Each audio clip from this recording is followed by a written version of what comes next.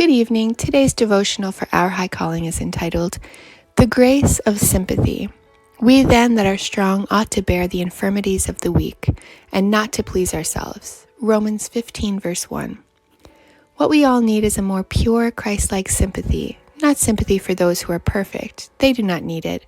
But sympathy for poor, suffering, struggling souls who are often overtaken in fault, sinning and repenting, tempted and discouraged. The effect of grace is to soften and subdue the soul. Then all this cold unapproachableness is melted, subdued, and Christ appears. The love of God alone can open and expand the heart and give to love and sympathy a breadth and height that is without measure. Those who love Jesus will love all the children of God.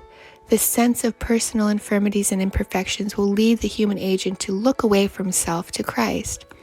And the Savior's love will break down every cold, pharisaical barrier. It will banish all harshness and selfishness, and there will be a blending of soul with soul, even with those who are opposite in temperament.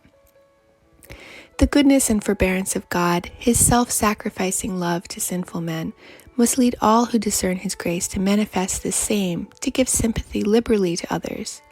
The wonderful example of the life of Christ, the matchless tenderness with which He entered into feelings of the oppressed soul, weeping with those that wept, rejoicing with all that rejoiced in His love, must have a deep influence upon the character of all who love God and keep His commandments.